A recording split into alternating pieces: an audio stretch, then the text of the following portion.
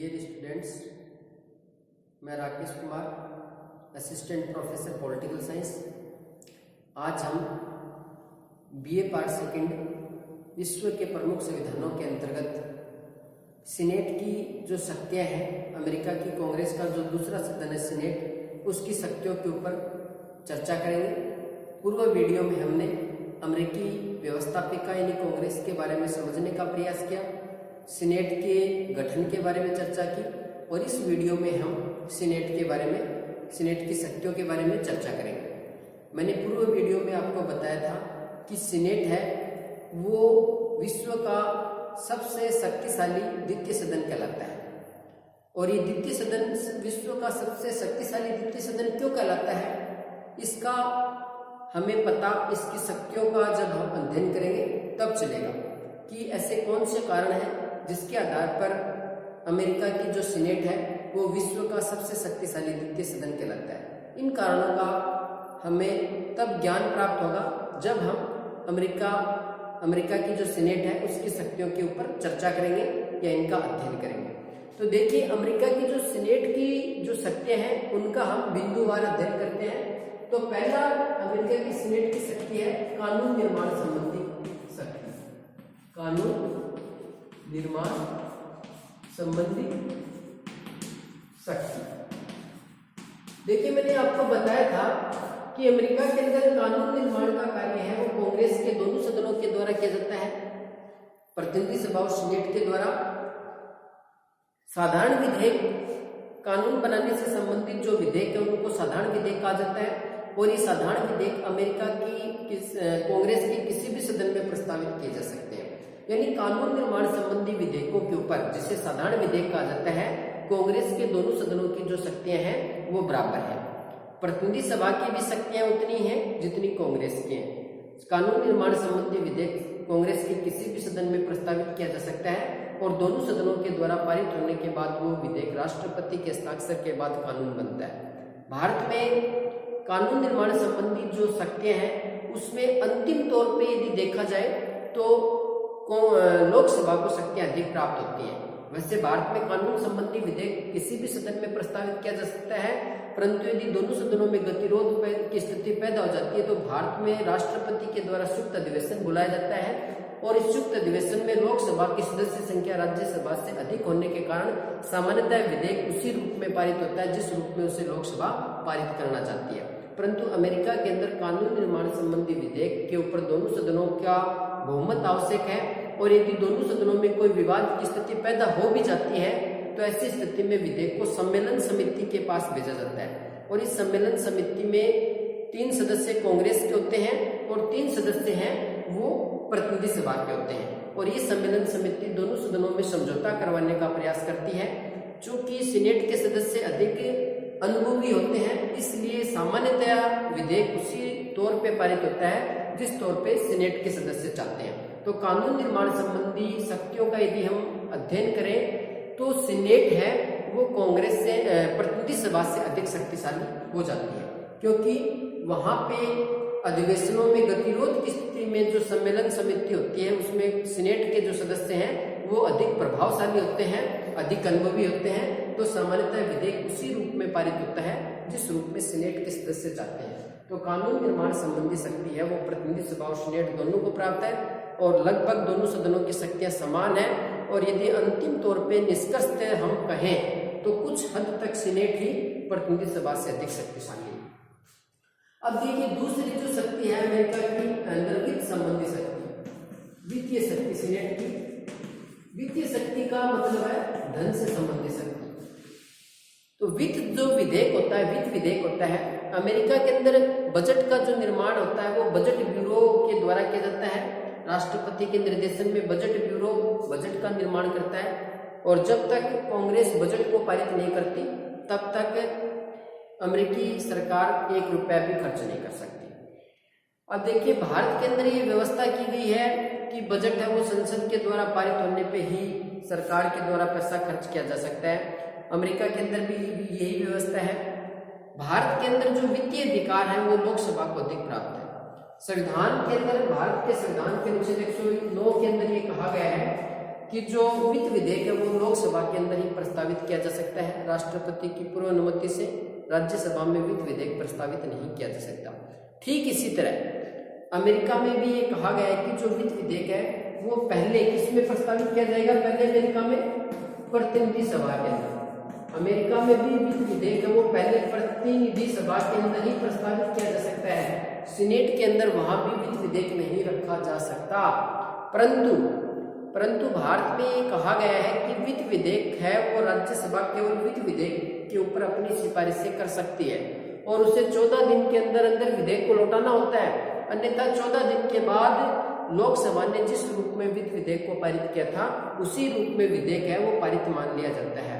परंतु अमेरिका के अंदर ये कहा गया है कि प्रतिनिधि सभा में कोई वित्त विधेयक प्रस्तावित किया जाएगा और जब प्रतिनिधि सभा के द्वारा वित्त विधेयक पारित करके सीनेट के पास भेजा जाएगा तो सीनेट को यह अधिकार प्राप्त है कि वो वित्त विधेयक में संशोधन कर दे।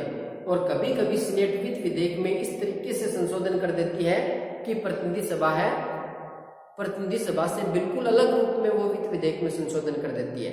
तो भारत के अंदर राज्यसभा को वित्त विधेयकों में संशोधन का अधिकार नहीं है, परंतु अमेरिका की कांग्रेस का जो दूसरा सदन सीनेट है उसे वित्त विधेयकों में संशोधन का अधिकार दिया गया है।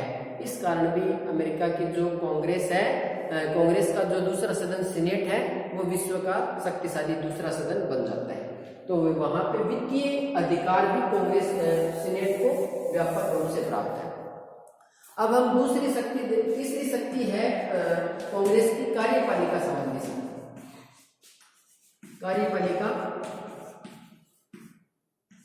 संबंधी शक्ति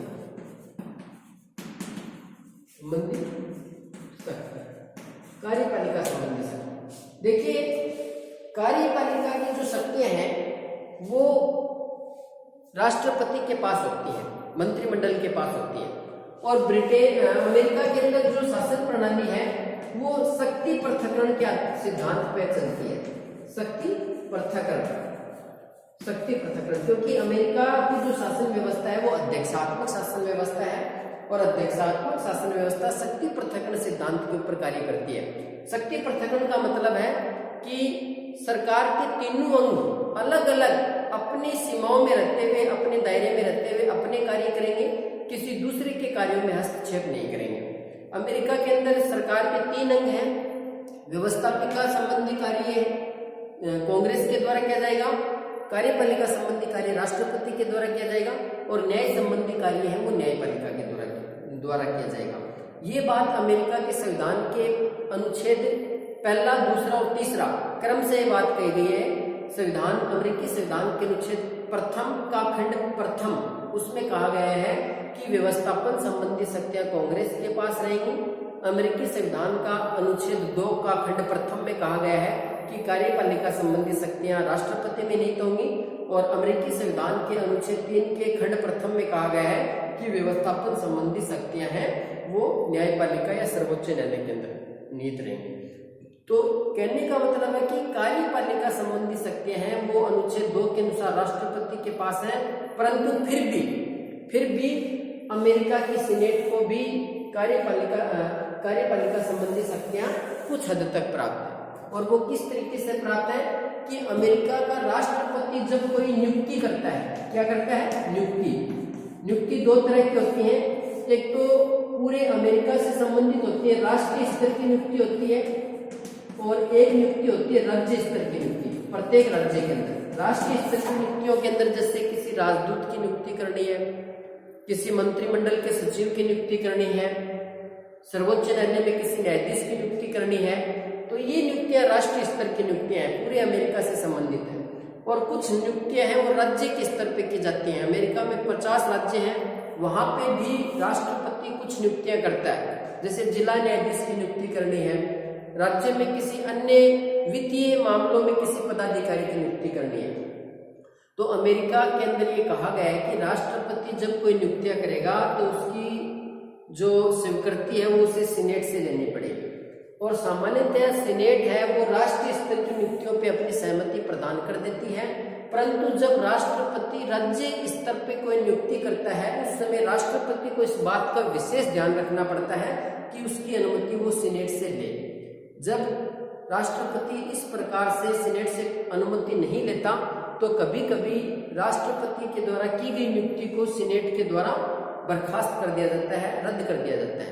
तो इसे कहा जाता है सीनेटीय शिष्टता। सीनेटीय शिष्टता। सीनेटीय शिष्टता का क्या मतलब है कि राष्ट्रपति जब राज्य स्तर पे किसी अधिकारी की नियुक्ति करेगा तो इसकी स्वीकृति सीनेट से लेगा, और यदि सीनेट से वो स्वीकृति नहीं लेता है, संबंधित राज्य के सीनेटरों से परामर्श नहीं करता है, तो ऐसी स्थिति में सीनेट उस नियुक्ति को रद्द कर सकती है। तो इसे कहा जाता है सीनेटीय शिष्टता, यानी राष्ट्रपति के द्वारा सीनेट से परामर्श करना, सलाह करना और उसके बाद ही किसी राज्य में नियुक्ति करना। और यदि राष्ट्रपति इसका उल्लंघन करता है, अपनी इच्छा से ही राज्य स्तर पे कोई नियुक्ति कर देता है, तो ऐसी स्थिति में सीनेट के जो सदस्य हैं वो राष्ट्रपति की सीनेट की शिष्टता के नाम पे उस नियुक्ति को रद्द कर सकते हैं। तो ये कार्यपालिका संबंधी उसकी शक्ति होगी। इसके अलावा संधि और समझौते। संधि एवं समझौतों की स्वीकृति। देखिए अमेरिका के अंदर क्या होता है कि राष्ट्रपति है वो विश्व के जो राष्ट्र हैं उनसे किसी भी प्रकार की संधि और समझौता कर सकता है। राष्ट्रपति की ये कार्यपालिका संबंधी शक्ति है। परंतु अमेरिकी संविधान में यह भी कहा गया है कि अमेरिका के राष्ट्रपति के द्वारा विश्व के राष्ट्रों के साथ जो संधि और समझौते किए जाते हैं उनकी 2/3 बहुमत से सीनेट के द्वारा क्या लेनी पड़ती है, मंजूरी लेनी पड़ती है। और कौन सा बहुमत? 2/3 बहुमत। अमेरिका की सीनेट के 2/3 बहुमत से अमेरिका के राष्ट्रपति के द्वारा विश्व के राष्ट्रों के साथ जो संधि और समझौते किए जाते हैं उसकी उसे सहमति, अनुमति लेनी पड़ती है। और यदि अमेरिका की सीनेट 2/3 बहुमत से अमेरिकी राष्ट्रपति के द्वारा किसी राज्य से यदि कोई संधि या समझौता किया गया है उसकी अनुमति नहीं देती तो वो संधि समझौता है वो मान्य नहीं होता, वो रद्द हो जाता है। इसका सर्वप्रमुख उदाहरण मैं बताता हूँ आपको कि देखिए 1920 के अंदर जब राष्ट्र संघ की स्थापना की गई तो उस समय विल्सन है वो राष्ट्र संघ का जन्मदाता कहलाता है, जनक कहलाता है। यानी अमेरिका के राष्ट्रपति विल्सन के प्रयासों से ही राष्ट्र संघ का जन्म हुआ था, परंतु अमेरिका राष्ट्र संघ का सदस्य नहीं बन पाया था। आपको पता है कि अमेरिका राष्ट्र संघ का सदस्य नहीं बन पाया था। इसका कारण यही था कि वहां की सीनेट ने विल्सन के इस समझौते को अपने 2/3 बहुमत से मंजूरी प्रदान नहीं की। इसलिए अमेरिका जो राष्ट्र संघ का जन्मदाता था वो उसका सदस्य नहीं बन पाया क्योंकि सीनेट ने इसकी मंजूरी उसे प्रदान नहीं की। तो इस तरीके से सीनेट है वो कार्यपालिका के क्षेत्र में भी अपनी शक्तियों का प्रयोग करती है और ये शक्तियां प्रतिनिधि सभा को प्राप्त नहीं है, सीनेट को प्राप्त है, इसलिए वो विश्व का सबसे शक्तिशाली दूसरा सदन बन जाता है। अगली चौथी शक्ति है महाभियोग संबंधी शक्ति। देखिए महाभियोग जो प्रस्ताव होता है उसका मतलब होता है किसी उच्च पदाधिकारी को हटाने वाला प्रस्ताव। जैसे कि अमेरिका में राष्ट्रपति को हटाना है, उपराष्ट्रपति को हटाना है या सर्वोच्च न्यायालय के किसी न्यायाधीश को हटाना है तो उसे महाभियोग प्रस्ताव के द्वारा ही हटाया जा सकता है। ये जो महाभियोग प्रस्ताव है ये अमेरिका के अंदर जो प्रतिनिधि सभा है उसके अंदर प्रस्तावित किया जाता है। यानी महाभियोग प्रस्ताव है वो अमेरिका के प्रथम सदन में प्रस्तावित किया जाता है। परंतु आगे ये कहा गया है कि महाभियोग प्रस्ताव के ऊपर अंतिम निर्णय का जो अधिकार है वो सीनेट को प्राप्त है। जब सीनेट किसी महाभियोग के ऊपर अंतिम निर्णय करती है तभी किसी सदस्य को, किसी अधिकारी को, राष्ट्रपति को, उपराष्ट्रपति को या सर्वोच्च न्यायालय के न्यायाधीश को पद से हटाया जा सकता है। और जब सीनेट महाभियोग के ऊपर चर्चा करती है उस समय सीनेट की जो अध्यक्षता है वो सर्वोच्च न्यायालय का मुख्य न्यायाधीश करता है। सीनेट उस समय एक न्यायपालिका के तौर पे कार्य करती है, किसी भी सदस्य को बुला सकती है, उसको सम्मन जारी कर सकती है और अंतिम निर्णय कर सकती है। यदि सीनेट किसी राष्ट्रपति के विरुद्ध या उपराष्ट्रपति के विरुद्ध या किसी न्यायाधीश के विरुद्ध महाभियोग पर निर्णय कर दे तो ऐसी स्थिति में संबंधित पदाधिकारी को पद छोड़ना पड़ता है, त्याग पत्र देना पड़ता है। तो इस तरीके से सीनेट महाभियोग के ऊपर भी अंतिम निर्णय का कार्य करती है और एक न्यायपालिका के तौर पर भी कार्य करती है। अब हम चुनाव संबंधी कार्य देखते हैं। सीनेट के पास चुनाव संबंधी शक्तियां भी हैं। चुनाव संबंधी शक्ति के अंदर देखिए अमेरिका के अंदर राष्ट्रपति उपराष्ट्रपति का जो चुनाव है वो अप्रत्यक्ष तरीके से होता है। अमेरिका के राष्ट्रपति उपराष्ट्रपति का चुनाव है वो 3 नवंबर को होता है। और 3 नवंबर आज ही के दिन अमेरिका के अंदर राष्ट्रपति का चुनाव है, उपराष्ट्रपति का चुनाव है। 3 नवंबर के दिन हमेशा अमेरिका के राष्ट्रपति उपराष्ट्रपति का चुनाव अप्रत्यक्ष तरीके से होता है। 3 नवंबर के दिन क्या होता है कि अमेरिका के राष्ट्रपति के चुनाव के लिए 538 सदस्यों का एक निर्वाचक मंडल होता है। क्या है?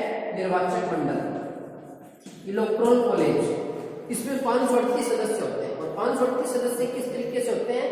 देखिए 435 सदस्य तो प्रतिनिधि सभा से संबंधित हैं, 100 सदस्य सीनेट से संबंधित हैं और 3 सदस्य कैलिफोर्निया स्टेट है उसको अलग प्रतिनिधित्व दिया गया है राष्ट्रपति के इलेक्टोरल कॉलेज में। इस तरीके से अमेरिका के राष्ट्रपति के इलेक्टोरल कॉलेज में कुल 538 सदस्य होते हैं। इन 538 सदस्यों का जो चुनाव है वो जनता के द्वारा किया जाता है। जनता के द्वारा प्रत्यक्ष तौर पे सूची प्रणाली के आधार पे अमेरिका के इलेक्टोरल कॉलेज के सदस्यों का चुनाव किया जाता है। और फिर ये 538 सदस्य राष्ट्रपति उपराष्ट्रपति का चुनाव करते हैं। और इन 538 सदस्यों में जिसे बहुमत प्राप्त हो जाता है, यानी आधे से अधिक मत प्राप्त हो जाते हैं, वह व्यक्ति अमेरिका का राष्ट्रपति और उपराष्ट्रपति चुन लिया जाता है। परंतु कभी कभी क्या होता है, न तो राष्ट्रपति को बहुमत मिलता है और न ही उपराष्ट्रपति को इलेक्टोरल कॉलेज का बहुमत मिलता है। तो ऐसी स्थिति में जब राष्ट्रपति को इलेक्टोरल कॉलेज का बहुमत नहीं मिलता तो प्रतिनिधि सभा प्रथम 3 उम्मीदवारों में से किसी को राष्ट्रपति चुनती है। और यदि ये स्थिति उपराष्ट्रपति के संबंध में पैदा हो जाए तो ऐसी स्थिति में सीनेट प्रथम 2 उम्मीदवारों के बीच में उपराष्ट्रपति का चुनाव करती है। तो राष्ट्रपति का अंतिम चुनाव प्रतिनिधि सभा करती है और उपराष्ट्रपति का चुनाव यदि बराबर मत विभाजित हो जाए तो ऐसी स्थिति में सीनेट करती है। दूसरा, सीनेट के पास अधिकार है कि राष्ट्रपति उपराष्ट्रपति के चुनाव की मतगणना करना और परिणामों की घोषणा करना भी सीनेट का ही कार्य है। ये अकेला सीनेट ही ये काम करती है कि जब अमेरिका के राष्ट्रपति और उपराष्ट्रपति के चुनाव के अंदर जो मतगणना होती है वो सीनेट के द्वारा की जाती है और परिणामों की घोषणा भी सीनेट के द्वारा ही की जाती है। तो ये चुनाव संबंधी कार्य है। इसके अलावा अमेरिका की जो सीनेट है वो अपने उपसभापति का चुनाव करती है। और अगला सीनेट का कार्य अन्वेषण संबंधी कार्य।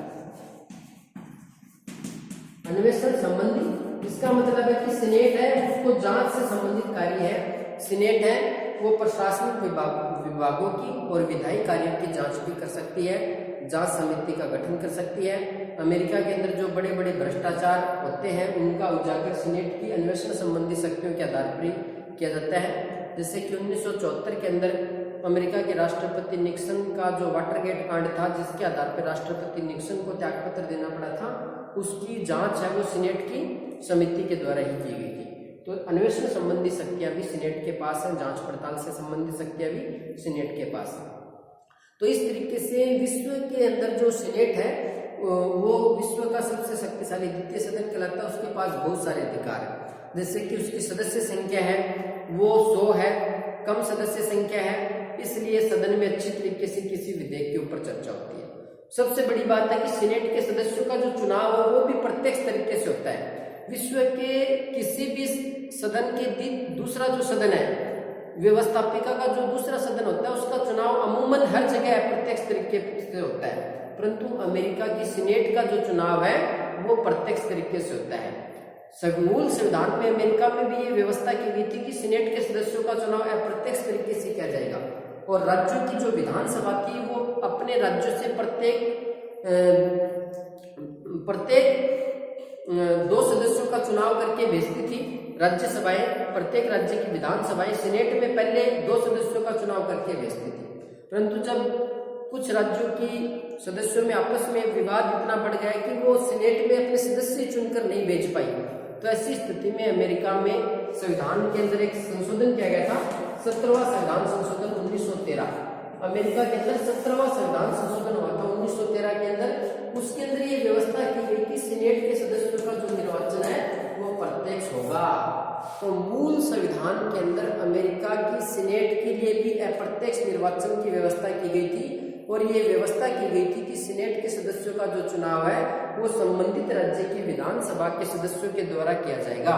परंतु जब कुछ राज्य सीनेट में अपने प्रतिनिधि चुनकर नहीं भेज पाए तो ऐसी स्थिति में अमेरिका के संविधान में 17वां संविधान संशोधन किया गया 1913 में, और इसमें ये व्यवस्था की गई कि सीनेट के सदस्यों का चुनाव प्रत्यक्ष तरीके से किया जाएगा।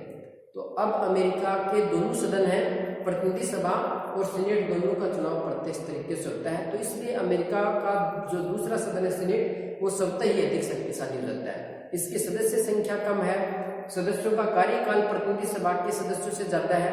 प्रतिनिधि सभा का चुनाव 2 वर्ष में होता है, और सीनेट स्थायी सदन है, इसके सदस्य हैं वो 6 वर्ष तक कार्य करते हैं। सीनेट के सदस्य अधिक योग्य, अनुभवी होते हैं। सीनेट के जो सदस्य होते हैं वो किसी विषय पर फिलिबस्टर के माध्यम से गंभीरता से चर्चा करते हैं। तो ऐसे बहुत सारे कारण हैं जिसकी वजह से अमेरिका का जो सीनेट है वो विश्व का सबसे शक्तिशाली द्वितीय सदन कहलाता है। धन्यवाद।